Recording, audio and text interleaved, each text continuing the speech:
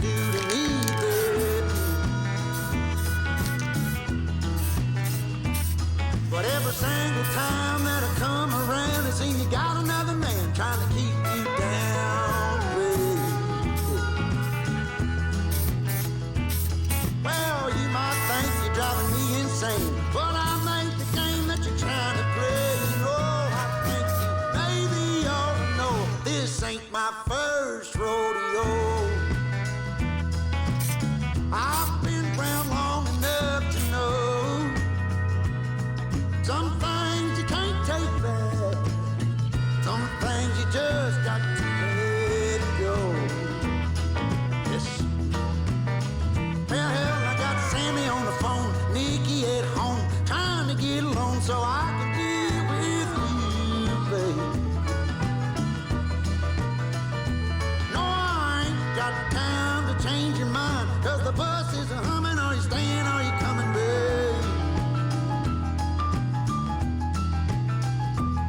Well, you might think you drive me insane. I made the game that you're trying to play. You know, I think that maybe you should know this ain't my first rodeo. I've been around long enough to know there's some things you can't take back, there's some things you just got to let go. Well, I ain't got time to change your mind, 'cause the bus is a humming. Are you staying? Are you coming? Come on, baby. Well, I ain't got time to change your mind, 'cause the bus is a humming. Are you staying? Are you coming?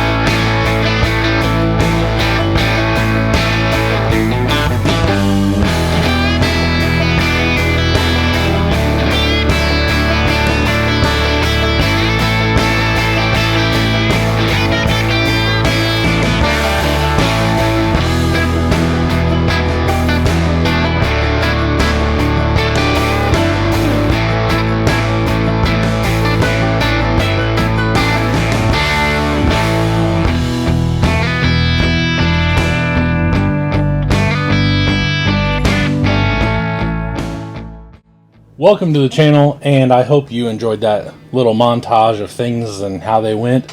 And now I have this done. This is the Bluega Suburban. I'll go over it like any other new truck, even though it's not new to me, but it's newly finished. And we will go top down. First off, as you can pretty much tell and was in the video, I did use the real rust system on the roof, and then on the hood, the doors, the side doors, you know, everything. It's a pretty easy system to use. The only part that will probably hang you up is you have to make it look like rust before you actually add the rust. You cannot put the rust paint over regular paint and then expect it to look like this. This needs to be all brown and red and all that stuff, kind of like I showed you prior to this, where you saw me spraying the whole thing in red primer and then like I got a flat espresso color. Then I learned a couple months ago that anytime that a square body was two-tone, the secondary color was actually sprayed first. So this whole thing would have been light blue on the sides. The hood does not get it because it's a whole different process, I guess. And then that's taped off and the primary color was sprayed on top of the secondary color. That's why if you look at a lot of square bodies that are rusted or patinaed and everything, faded, you'll actually see that secondary color coming through on the fenders up here. I tried to replicate that as best as I could, and I think it came out well. Everybody at Beat the Creek seemed to enjoy it. Everybody that's seen it online seemed to really like it, so I'm pretty proud of it. I didn't really carry the one-to-one into the interior. I think that this is a lot more interesting than the one-to-one is. However, the one-to-one is very nice, but I just thought maybe painting a tan seat combo was really just kind of, I don't know, it's just not what I wanted to do. I wanted to get a little bit more custom with the interior, so I did that. So under the patina to death roof and hood, you have the interior. It does have brown flocking for the carpet. I did use a medium blue handkerchief for the seats. I bought one for each side, and I made the custom seats. They're literally just 2 pieces of plastic to a 90, and then they have like 1/4 inch foam, I think is what that is, maybe 1/2 inch foam, just glued onto it, cut into a semi-rough shape of a bench seat, and then covered. I use Gorilla spray glue, you know, good to go. Stick it on there. You kind of have to fold it, so you got to do it a couple times to really get how everything is going to lay down.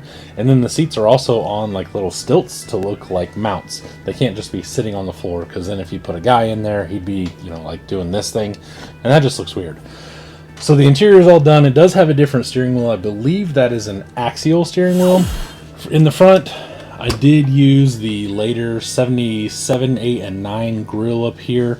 I painted it, just flat blacked it inside the grill, which is super easy to do. You just take the brush, just kind of dab it in there, and then wipe the top of the grill off, and you just keep going across. You do a row at a time, whatever, wipe it off, and then it'll kind of sit in there. You let it dry, and then you have a flat black internal grill area, and everything still stays chrome. I will eventually use Traxxas bumpers on this, and I was planning on it. However, I was running out of time to get everything done for Beat the Creek, so I just threw the regular bumpers on this thing.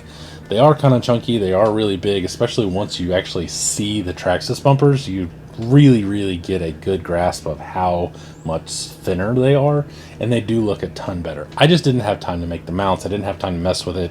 I was just overthinking about it. I worked on this thing for like 2 weeks straight, every night after work, all weekend, and just sat out here just grinding on this thing, and I was over it. That's basically top to bottom. As far as the outside goes, the trim is done in semi-gloss black. The rain gutter guard things are done in a chrome pin.